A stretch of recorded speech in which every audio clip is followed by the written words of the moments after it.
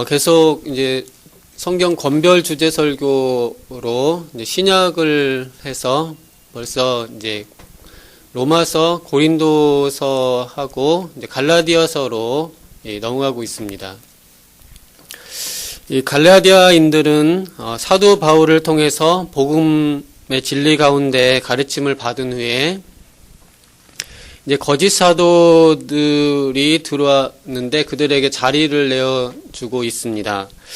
그들은 바울이 없을 때 들어와서 그리스도의 순수한 교리를 부패시키고 율법의 의식들이 필수적으로 지켜져야 한다고 가르쳤습니다.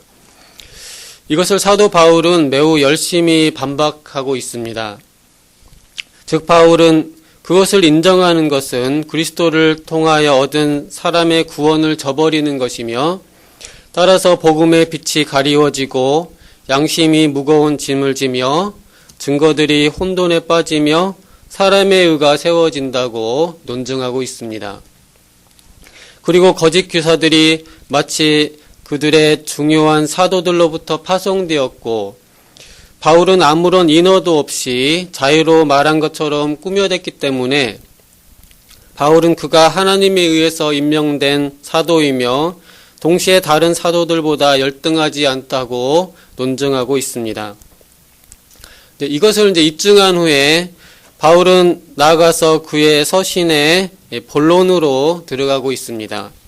즉 우리가 하나님 앞에서 어떤 행위나 의식 없이 은혜로 의롭게 됨을 증거하고 있습니다. 이런 의식들은 하지만은 그때는 시대 상황 속에서 나름대로 유용했었고 그 쓸모가 있었던 것입니다.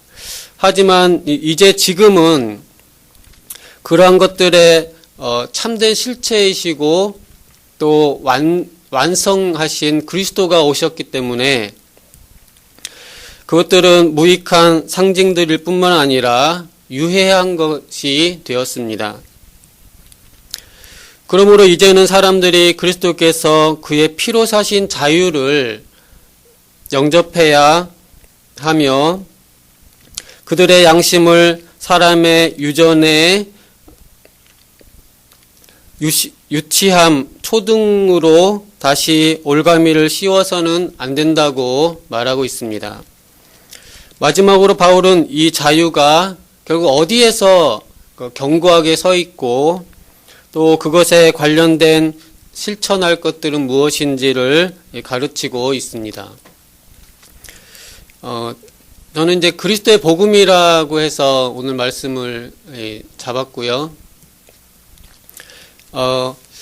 이제 고린도서는 이제 보니까 아무래도 서로 용납하는 부분들이 많이 있었던 것 같습니다.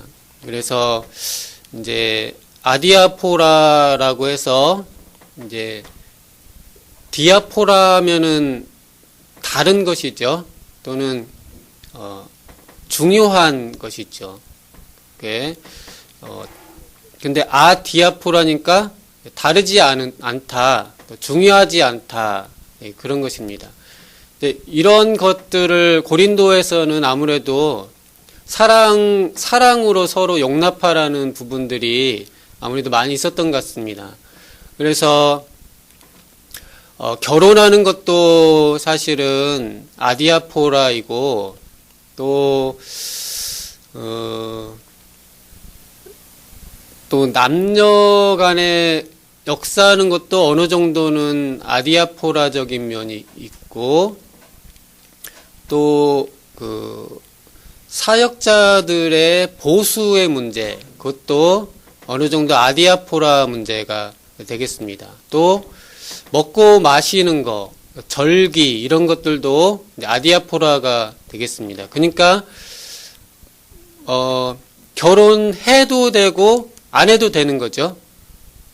이제 고린도서에서는 말하고 있는 것이죠. 결혼 안 하면 지옥 가느냐? 그런 게 아니잖아요. 또 결혼하면 또 지옥 가느냐? 그것도 아닙니다. 뭐 신부님, 수녀님들 뭐 서약 깨고 결혼하면 뭐 지옥에 떨어지겠습니까? 물론 서약에 대한 책임은 지겠죠. 사람이 약속을 한 거에 대해서는 도리상 책임은 지겠지만 그것이 구원과는 상관이 없을 것입니다. 또 먹고 마시는 것, 또 절기들에 대해서도 먹어도 되고 안 먹어도 되는 것이고, 술도 마셔도 되고 안 마셔도 되는 것이고요. 우상제물도 먹어도 되고 안 먹어도 되고 그런 면들이 있습니다. 그러니까 물론 중요합니다. 이게 또 그래서 이제 바울은 이제 굳이 믿음이 연약한 자들에게 걸림이 된다면 다 안 하겠다는 거죠. 자유를 포기하겠다는 것입니다. 그래서 이 말은 안 해도 되는 것이죠. 그렇기 때문에 포기도 할 수 있는 것입니다. 그래서 뭐 성도들이 다 바울이 결혼 안 해서 다 실족한다고 전부 다 바울 목사님 결혼 안 해서 저희 다 실족하겠어요 막 했으면은 아마 결혼했을 것입니다. 근데 이제 또 이 술도 마시거나 안 마시거나 그러면은 이제 아디아포라 문제는 주님이 무엇을 위하여 죽으셨는가예요. 그러니까 주님이 우리의 무엇을 위하여 죽으셨는가? 그것이 아니라면 해도 되고 안 되는 것입니다. 그래서 용납하는 부분들을 많이 다루고 있습니다. 만약에 이제 제가 술을 안 마시는 것은 저의 권리를 포기하는 면이 있습니다. 제가 술을 마셔도 되는 권리가 있는데 제가 제 권리를 포기하는 것이죠. 바울은 권리를 포기하라고 말하고 있습니다. 주께서 이 술 마실 수 있는 권리 또는 고기를 먹을 수 있는 권리 또 몇 가지 이런 권리들을 주셨는데 이 권리는 자유 안에서의 권리고 주님이 그걸 위해서 죽으신 것까지는 아니에요. 해도 되고 안 되는 거예요. 만약에 제가 술을 먹었어요. 그러다가 이제 재판에 걸렸어요. 징계위원회. 조양훈 목사님이 징계위원장이 되셔가지고 저를 이렇게 징계위원회 회부해가지고 왜 술 마셨어? 딱 해서 딱 하면은 제가 저의 자유입니다. 이렇게 말할 수 있겠죠? 그러면은 교회 덕이 안 되니까 술 마시지 마세요. 그러면 제가 제 자유입니다. 하지만 교회 덕이 안 되면은 끊겠습니다. 이렇게 말할 수 있겠죠? 근데 만약 제가 술 마실 권리가 아니면 죽음을 달라 해가지고 나에게 술 마실 권리를 달라. 이런 권리도 안 주는 교회가 무슨 교회야? 하고 제가 막 그렇게 주장하면은 저한테 조영근 목사님이 한마디 해줄 수 있겠죠. 너 술 먹으라고 예수님 십자가에서 죽으셨냐고 저한테 하시겠죠. 너 술 먹으라고 주님이 십자가에서 죽으셨냐? 너 술 먹을 권리를 주려고 십자가에 죽으셨냐? 이렇게 말씀하시겠죠. 이 권리는 그냥 자유예요. 십자가에서 죽으신 그 권리는 아니죠.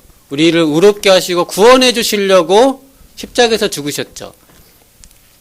그래서 이런 자유는 포기할 수 있는 거예요.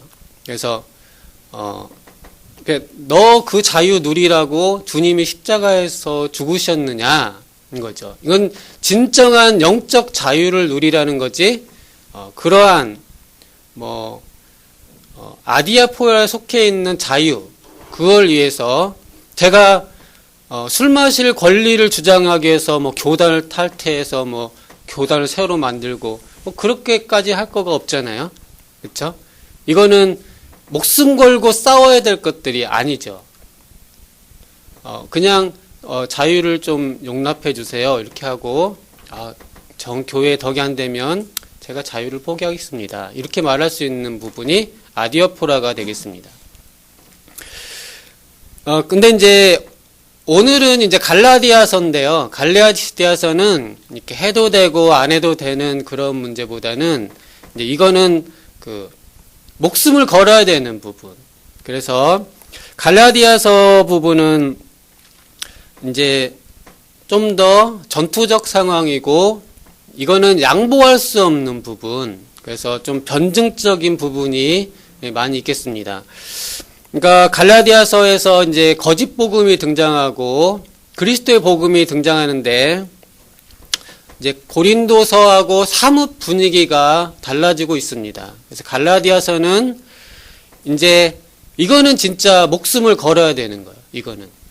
이거는 진짜 이 그리스도의 복음이 아니면은 죽음을 달라, 이제 이렇게 할 수 있는 부분, 그러니까 이 목숨을 걸고 가는 부분이 이제 갈라디아서가 되겠고, 루터나 종교개혁자들이 이제 하는 부분들은 이제 이 부분이 되겠습니다. 그리고 또 부수적으로 또 이 아디아포라적인 것들을 또 강요하는 거에 대해서 항거하는 부분들도 되겠습니다.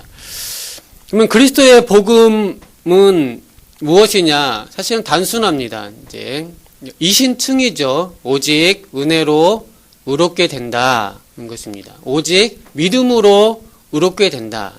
또 믿음이 우리를 성화에 이르게 하고, 우리의 의로운 삶들도 믿음에 의해서 되어져 간다. 그러니까 오직 믿음으로 우리가 의롭게 되고 또 의로운 백성으로 조성되어져 간다. 이게 이제 이신층의의 교리가 되겠습니다.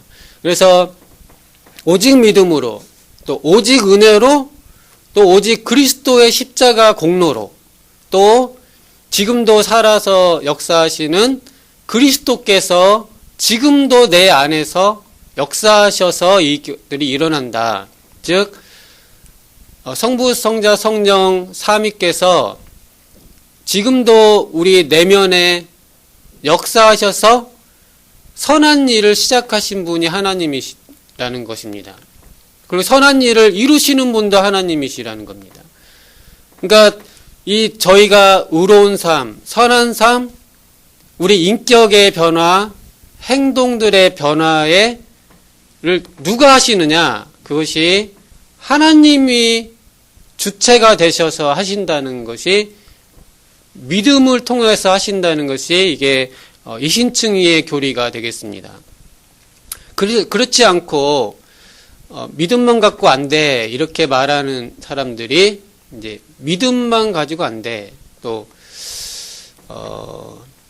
하나님의 능력에는 제한이 있으셔, 그런 분들이시죠. 하나님이 무슨 일을 하셔 지금, 그런 분들이 이제 변질돼 가시는 분들이죠. 하나님이 어디 계시냐? 하나님이 일은 무슨 일을 하시냐? 하나님이 무슨 능력이 있으시냐? 사람만도 못하다, 이렇게 말한 사람들이 이제 변질된 분들이죠. 그래서 사람들의 능력을 강조하는 거죠. 그러니까 하나님이 사람만 못하죠. 그런 분들은 사람은 능력이 있는데 하나님은 힘이 없잖아요. 그런 분들 주장은 사람이 움직이고, 사람이 계획하고, 사람이 의지를 발동해서 결정하고, 사람이 63빌딩도 짓고, 저 고속도로도 뚫고, 사람이 손끝으로 움직이고 마음을 움직여야 역사가 일어나지, 하나님은 뭐 하는 분이셔? 그런 거죠. 하나님이 무슨 능력이 있느냐? 사람만 못하다, 그런 거죠. 근데 그렇게 가시는 분들이 이제 거짓 사도들이 되겠습니다. 그러니까 사람은 2차적 도구라고 합니다. 2차적 손. 하나님은 1차적 손이신데, 그러면은 하나님이 역사를 이렇게 2차적 손인 우리한테 일을 맡기시면 1차적 손은 쉬고 계실까요? 양 목사님. 자, 2차적 손이 있고 1차적 손이 있어요. 그러면 1차적 손이 일을 하시면 1차적 손은 쉬고 계실까요? 네, 안 쉬십니다. 왜 그러면은 중복되게 하시냐? 효율적으로 보면은 2차적 손이 일을 하고 있으니까 1차적 손은 쉬어도 되잖아요. 그렇잖아요?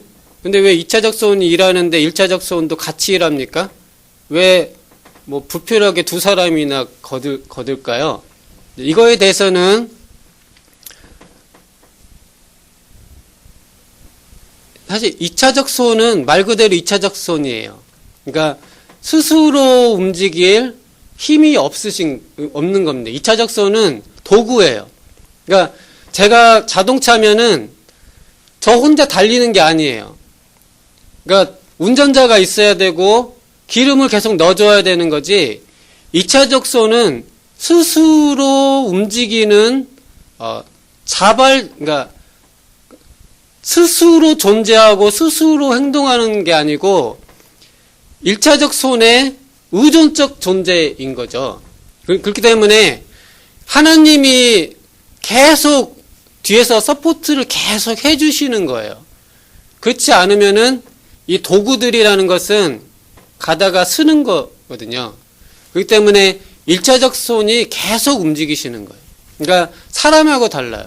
사람은 대리라든지 밑에 누구한테 일을 시켜놓으면은 사람은 에너지에 제한이 있기 때문에 다른 사람의 도움을 받는 것이고요. 하나님은 그러신 게 아니에요. 하나님은 내가 능력이 부족해서 2차적으로 누구의 도움을 필요로 하신 분이 아니고 하나님은 전지전능하시기 때문에 그럴 필요가 없습니다. 다만 사람을 동역자로 쓰시는 것은 은혜예요. 은혜. 그냥 끼워주는 거예요. 끼워주고 그리고 나서도 잘했다고 칭찬해 주시고 사실은 전체적인 중요한 것을 하나님이 다 하신 거예요. 다만 사람은 옆에 좀 끼워준 거예요. 아니 이렇게 옆에다가 이렇게 그러니까 참여시켜 주신 거죠. 없어도 돼요. 사람이 없어도 하나님 혼자 다 하실 수 있는 거예요. 네. 근데 사람을 참여시켜 주신 거예요. 그리고 참여시켜 주시고 또 잘했다고 칭찬도 해주시고 해서 그 영광에 참여시켜 주시는 겁니다. 그래서 사실 하나님이 다 하신 거예요. 하나님이 다 하셨고 그렇게 보기 때문에 이제 지금도 역시 마찬가지입니다. 지금도 하나님이 다 하시는 거죠. 바울이 그랬듯이 나의 직분을 받은 것이 은혜고 또 내가 모든 사도보다 가장 많이 수고했지만은 이게 다 하나님의 은혜라 이렇게 말한 것은 그냥 립 서비스가 아니죠. 실제로 하나님의 은혜로 다 된 것입니다. 다만 자기는 도구로서 충성되게 한 거죠. 제가 운전을 하면은 제가 하나님이고 자동차는 열심히 달린 거예요. 열심히 자동차가 정말 불이 나게 달린 거죠. 바퀴 불나게. 저는 자동차예요. 저는 열심히 달리는 거예요. 수고한 거예요.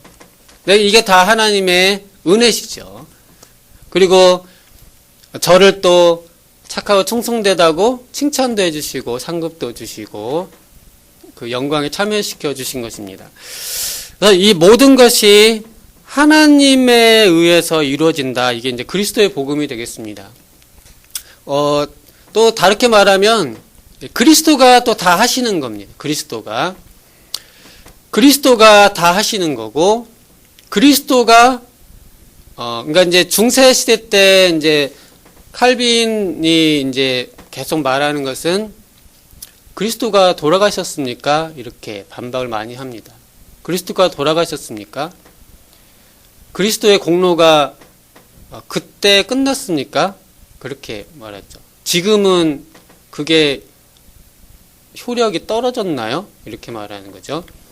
또 왜 그리스도를 반토막을 내세요? 이런 식으로 공격을 하죠. 칼빈이 계속 쓰는 논조가 그리스도가 돌아가셨나요? 그리스도의 공로가 이제는 약발이 떨어졌습니까? 그리스도가 지금 반토막 나셨어요? 반절만 살아계시나요? 반절 죽으셨고, 이제 칼빈이 말하는 거죠. 상대방들에게. 예수님이 아직 살아계시다는 거죠. 십자가의 공로가 지금도 유효하다는 거죠. 앞으로도 유효할 것이고, 십자가의 보혈의 값이, 그 능력이 지금도 유효하다는 것입니다. 계속 말하는 것이죠. 그래서 그리스도가 다시 회복되는, 그걸 많이 강조합니다. 그리스도가 다시 회복되는 거.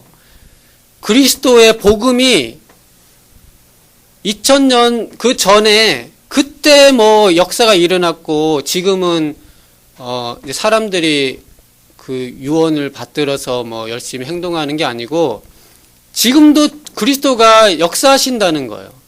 그리고 재림하실 때까지 그때도 그리스도께서 역사하신다.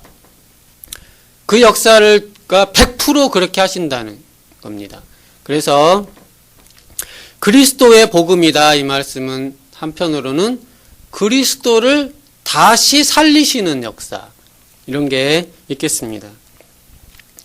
이거에 대해서 이제 계속 그 거짓 사도들을 공격하고 있습니다. 변증을 하고 있습니다. 그래서 이제 목회자들의 이제 역할이 성도님들도, 그러니까 제가 이제 이제 말씀을 가르치고 이것을 이제 목사들이 한 것이라고 하는 것은 이 교회 안에서 목사가 한다는 말이고요. 가르치는 임무는 가정에서는 부모에게 주어져 있습니다. 그리고 어느 정도 작은 공동체 안에서는 거기에 리더들, 구역이라고 하면은 권사님이나 집사님이나 장로들에게도 구역을 가르칠 수 있는 것이죠. 가정에서는 당연히 부모가 자녀를 신앙교육할 수 있는 그런 게 있는 것이고, 그렇기 때문에 이 교회에서 이제 목사가 가르친다, 이렇게 말을 하는 것이고요. 가르치는데 아까처럼 권면하고, 이거는 해도 되고 안 하는 것도 되는 거야. 그리고, 참, 그러면 이 자유는 좀 포기할 수도 있는 거야. 이런 식으로 가르쳐 주시는데, 또 변증도 해 주셔야 돼요. 가정에서 자녀들을 가르치실 때, 이 거짓 사도들에 대한 변증도 해주셔야 되는 것입니다. 그래서 변증 능력이 있으셔야 되는 거예요. 그러니까 적과 아군을 구별할 수 있는 능력과 또 이 거짓 교사와 거짓 사도들의 그 거짓된 그 의견이나 공격을 반박해서 무너뜨릴 수 있는 능력들을 기르셔야 돼요. 물론 그냥 성령님 의지해서 말씀 단순한 복음이니까 그걸 가지고 단순히 이렇게 하셔도 되지만 아무래도 이제 교사나 가르치는 사람은 성실하게 답변해야 될 의무가 있거든요. 그러니까 교사는 성실하게 답변해야 되는 게 이제 교사의 자세입니다. 그러니까 무조건 믿어. 뭘 물어봐. 그냥 그대로 해. 이렇게 하는 것은 교사가 아니죠. 저희가 선생님들이 그렇게 하면은 선생님들이 별로 싫잖아요. 그렇죠? 선생님들은 좀 피곤하셔도 이렇게 물어보면은 차근차근 설명해 주시기를 저희가 원하잖아요. 그런 것처럼 교사는 성실하게 답변해 줘야 되는 그게 있습니다. 그래서 변증을 해 주셔야 되는데 이 거짓 사도들, 거짓 교사들에 대해서 변증할 수 있는 능력들을 키워 나가셔야 됩니다.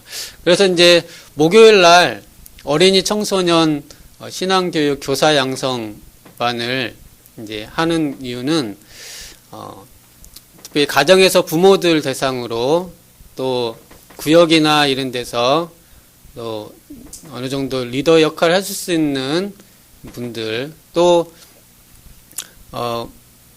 목회자분들 중에서도 이제 이걸 다시 한번 해보고 싶다 이런 분들 대상으로 이렇게 해보고 있습니다. 그렇게 시작하려고 그렇게 하고 있습니다. 그래서 변증을 할 수 있는, 특히 적과 싸워야 되는 그런 역할들을 말하고 있습니다. 마지막으로는 그러면은 왜 이런 거짓 교사들이 등장했을까요? 이제 이겁니다. 왜 그런 이 가짜들이 등장하나요? 이제 이 질문을 한번 해보고 싶습니다. 이 가짜들의 역할이 무엇인지, 이 박해자 또는 이 속임수, 이 거짓 선지자들이 과연 어디에서 왔을까 하는 것이죠. 그것이 이제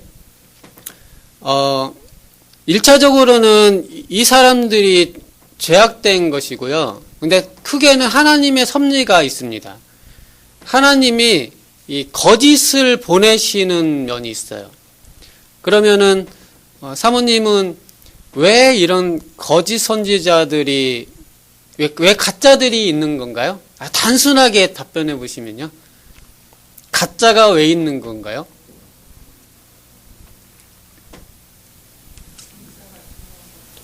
그쵸. 네. 진짜가 진짜이기 위해서 가짜가 있는 것이죠. 그러니까 가짜가 있는 이유는 크게 보면은 옥석을 가리는 역할이 있어요. 옥석.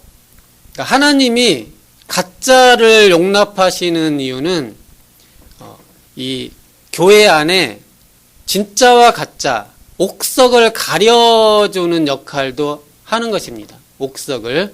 그러니까 만약 서울연합교회라고는 이 공동체 교회에 가짜 교사가 들어왔어요. 그러면은 그 역할은 뭐냐면, 물론 쫓아내야겠지만은 걔가 가짜 교사가 활동하고 있는 것을 통해서 뭘 할 수 있냐면은 교회 안에 진짜와 가짜가 구별되는 역할을 해줘요. 크게는. 그래서 이제 더 진짜는, 그러니까 하나님은 진짜는 지키시거든요. 그러니까 진짜는 속아 넘어가지는 않아요. 좀 어려움은 겪을 수 있지만 가짜들이 속아 넘어가죠. 그래서 하나님이 사실은 알곡과 가라지를 이렇게 나누는 역할을 해요. 가짜를 보내서 그런 역할을 합니다. 그러면은 이 거짓 교사들을 어떻게 대해야 되는가? 그거는 오늘처럼 거짓 교사들에게는 변증을 해주는 건데, 물론 거짓 교사하고는 사귀거나 교제를 하지는 말지만은 여기처럼 이 변증을 해줄 역할이 있어요. 그러니까 이렇게 그러니까 너 잘못됐다 이렇게 지적을 해주는 거죠. 하지만은 변증을 해줘야 돼요. 그러니까 변증가의 역할은 이 가짜들에게 변증을 하는 거거든요. 이 말은 이제 같이 말도 하지 마라 그게 아니고요. 그 사람들하고 사귀지 말라는 말이에요. 사귀지 말고 대신 변증을 하라는 거예요. 변증. 니들이 이렇게 잘못됐다, 이렇게 잘못됐다고 가르치는 면이 있습니다. 그럼 왜 가짜들을 그냥 단번에 그냥 하나님께서 쳐버리고 죽이지 않으실까요? 자, 가짜들을 단번에 싹 죽여버릴 수 있어요. 왜 그렇게 안 하시나요? 물론 진짜를 더 확실하게 하기 위해서도 있고, 또 진짜를 보호하려는 면도 있는데, 또 다른 면이 있습니다. 왜 가짜들에게 변증해야 되고, 왜 가짜들을 그래도 이제 다른 성경에는 그래도 형제로서 대하라는 면도 있잖아요. 그러니까 사귀지는 말지만 완전히 여기 뒤에 저희가 한 데서 사단에게 내어줬는데 사단에게 내어줬지만 그래도 형제처럼 대해서 계속 변증해주고 깨달을 때까지 가르치라는 면이 있지 않습니까? 교회에서 이 수찬정지나 징계할 때도 항상 하는 게 다시 회개하고 돌아올 수 있도록 계속 해주는 역할을 하는 거잖아요. 그게 완전히 내치는 게 아니잖아요. 이게 이제 변증의 역할인데, 자, 그러면 이 가짜들에 대해서 왜 이렇게 할까요? 박민 목사님, 가짜들 입장에서 한번 가짜들의 측면에서는 어떤 면이 있을까요? 하나님이 왜 이렇게 유예해 주시면서 변증을 계속 하라고 하실까요? 그냥 쳐내버리고 말로 섞지 말지 왜 계속 변증이라는 걸 하라고 하실까요? 그쵸? 그 가짜들 중에도 지금은 가짜인데 그 중에 진짜가 있다는 거예요. 다시 돌아올 수 있는 기회를 주기 위해서 박해자 중에 핍박자 중에 남은 자가 있을 수 있는 거예요. 또 가짜 교사들 속에 지금 오류에 빠져 있는데 진짜가 있을 수 있는 거예요. 그렇기 때문에 기회를 주는 겁니다. 그 가짜의 대표적인 예가 누군가요? 진짜였는데 가짜 역할을 했던 사람 중에 대표적인 게 바울 자신이에요. 바울 자신. 바울 자신이 유대교에 투철해가지고 이 율법을, 의식을 지켜야만 구원받는다고 하면서 교회를 막 핍박하고 잡아 죽이고 스테반 할 때도 증인 서가지고 막 하던 사람이에요. 근데 주님이 계속 봐주고 또 계속 이런 변증을 통해서 바울 자신이 회심을 하게 되잖아요. 그렇기 때문에 이 박해자나 가짜들 그 중에 진짜가 있을 수 있기 때문에 계속 변증해서 그 사람이 돌아올 기회를 주기 위해서 그러는 거죠. 바울 자신도 그랬기 때문에 이 표현을 가장 잘 말해주는 게 이제 바울의 회심 사건인데요. 바울 회심 사건에 주님이 왜 나를 핍박하느냐, 이게 사도행전 9장, 사도행전 22장에는 그렇게 되어 있는데 사도행전 26장 14절에는 특별한 게 하나 붙어 있습니다. 한번 보시겠습니다. 사도행전 26장 14절.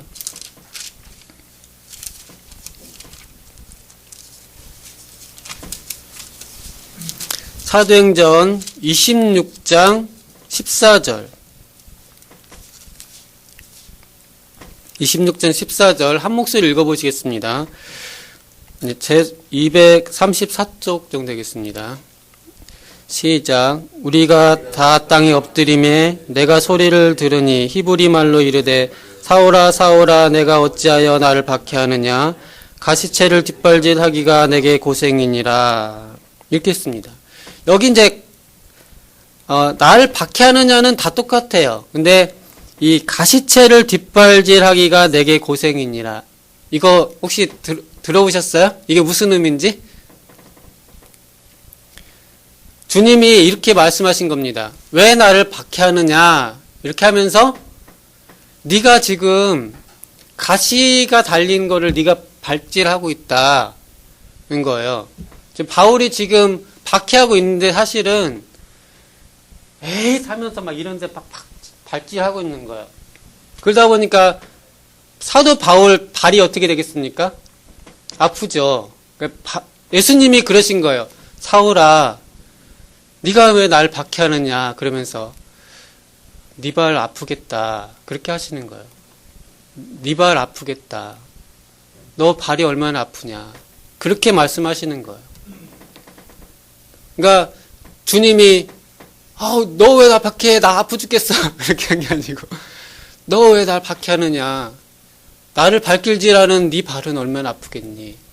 이렇게 하신 거예요. 나 때린 네 주먹이 얼마나 아프겠냐? 그만 때려라. 네 주먹에 피나지 않냐? 나 그만 때려라. 네가 다친다. 그렇게 하신 거죠. 그것은 주님의 마음이에요. 사실 주님은 그냥 맞으시는 게 아니고 뭐 바울 정도의 한 방에 보낼 수 있는 분이에요. 근데 계속 맞으시고 계시는데 말씀하시는 거예요. 네 발이 아프겠다. 이렇게 하시는 거예요. 그래서 이 거짓 교사들과 박해자들에게 변론하고 변증하는 자의 입장은 그 중에 아직 회개하기 전인 알곡이 있을 수 있다. 그런 것입니다. 또 그런 마음으로 그만 때려라. 네 발이 아프지 않냐. 그렇게 말해 주는 거죠. 그래서 아마 사도 바울이 달마색상에서 탁 하나님 예수님을 그러니까 부활 승천하신 예수님을 뵙고 눈이 멀어서 떨어져 가지고 내가 왜 예수님 박했지 막 그런 고민도 있지만은 이 음성을 들은 거예요. 네 발 아프지. 그 음성을 들은 거예요. 그렇기 때문에 거기서 뒤집어진 면도 있다고 생각이 됩니다. 거기서 사랑을 깨달았다고 볼 수 있겠죠. 그래서 저는 가시채를 뒷발질 하기가 내게 고생이니라 이 표현이 정말 주님의 사랑이 깊이 느껴지는 그런 면이라는 생각이 듭니다. 저희가 갈라디아서 말씀을 통해서는 아무래도 강한 변증의 자세들이 필요한데 그때의 마음 자세가 예수님이 사도 바울에게 하신 것처럼 그런 마음 자세로 하면 박해자들 중에 거짓 교사들 중에서도 회심하는 역사가 일어나지 않을까 그런 마음에서 오늘은 갈라디아서 변증과 변증의 태도에 대해서 한번 생각해 봤습니다. 기도하시겠습니다. 감사하신 하나님 아버지, 저희가 목숨 걸고 그리스도의 복음에 대해서는 목숨 걸고 타협하지 말고 전해야 됨을 깨닫습니다. 저에게 용기와 절개를 허락하여 주시고 특히 거짓 교사나 박해자들에 대해서 또 예수님의 마음을 품고 이들 중에서도 진정 또 회개할 자가 있는 것을 생각하면서 또 이렇게 나아갈 수 있게 도와주시옵소서. 사랑하신 예수님 이름으로 기도드리옵나이다. 아멘.